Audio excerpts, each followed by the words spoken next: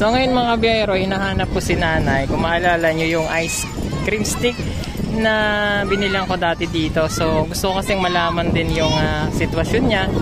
At gusto ko siyang i-surprise ngayong araw ng mga kababaihan. Sana ay mahanap natin siya ngayon at kung dito siya ngayon nagtitinda. Sa lahat ng mga manonood, please subscribe here. Ugong Biyahero. Ito siya. Yan. Sige. Etneb lang. Manila God first. Hanap po siya ngayon dahil gusto ko siya i-surprise.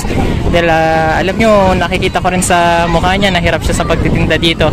Kaya gusto ko siyang makita ngayon para matulungan siya. Sana nandito siya. Ay, ito! Ito siya! Ayan, ito siya.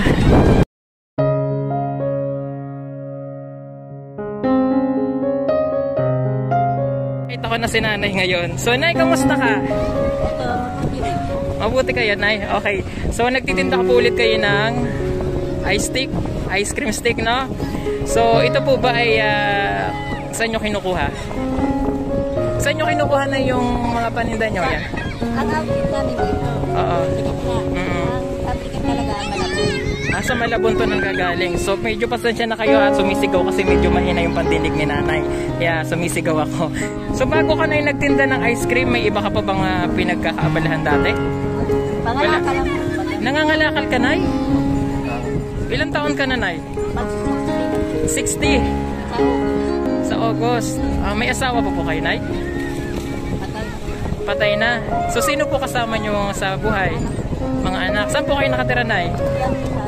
Dito lang din sa Aplaya? Sa Aplaya? Ayan din yung may guardhouse na yan. Po yung may kinabubuhay nyo ngayon.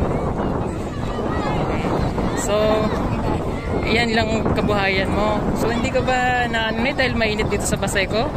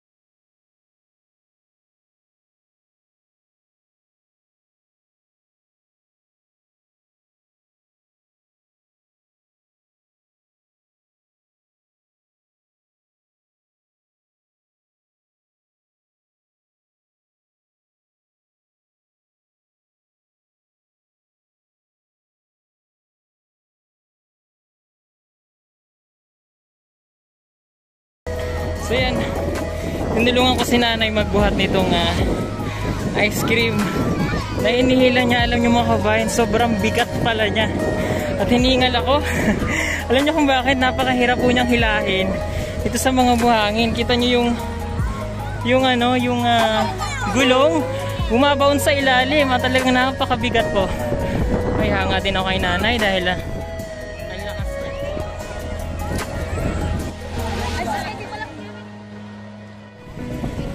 So yan, naubos na natin yung tinda ni nanay. Naubos niya na lahat yung paninda niya at masayang masaya siya dahil yun, maaga siyang makakauwi at makakapagpahinga siya.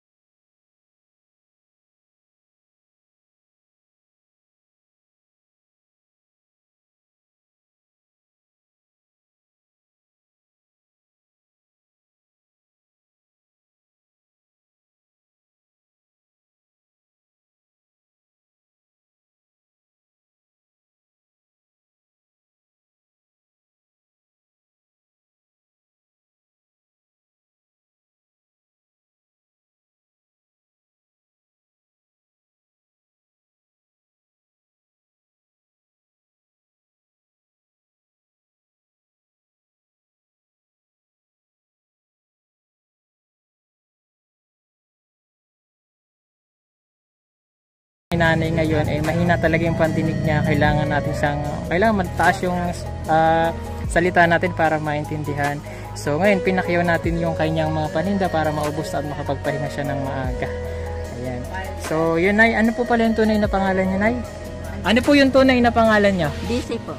DC Ganyares Cristo. Ganyares Cristo. Okay, yan. Sige po. Saan po yung probinsya niya, Nay? Probinsya? Cebu. Cebu. Taga saan Cebu, Nay? Sa Pipadilla. Padilla. Matagal na po ba kayo hindi nakauwi? Cebu. Hindi na kayo nakauwi ng Cebu? Hindi pa po nauwi doon. Ilang taon na pong hindi kayo nauwi ng Cebu? Simula 1992. 1990. 1990, nandito na kayo? Nandito. May pamilya ba kayo sa Cebu? Umuwi lang ako doon nung doon kayo pinanganak yung pangatlo ko. Ah, doon nyo pinanganak. So, kailan Kurang andito. kailan po yung huling uwi nyo doon sa Cebu? Kailan po yung huling uwi nyo? Alam po. Kailan po yung huling uwi nyo sa Cebu?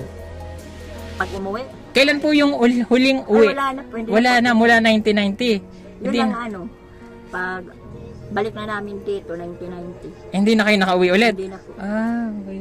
May mga kapatid ba kayo sa Cebu? Mayroon po. Nagkita-kita na ulit kayo? Hindi kong alam kung mga buhay pa eh. Ah, Kasi hindi nyo. iba kong kapatid hindi dito.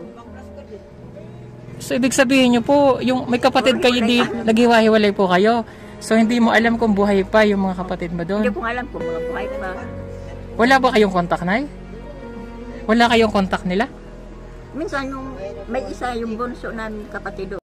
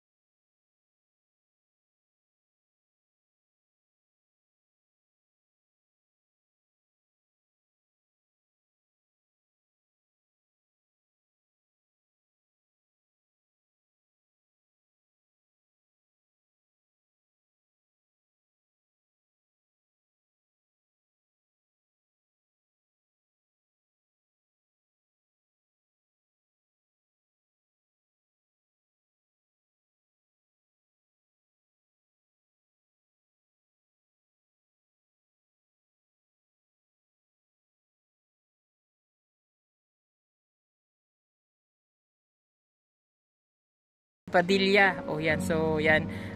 Sa Tipadilla daw po si nanay gusto niyang makita yung kanyang mga kapatid doon. So yun, Nay, tutulungan kita.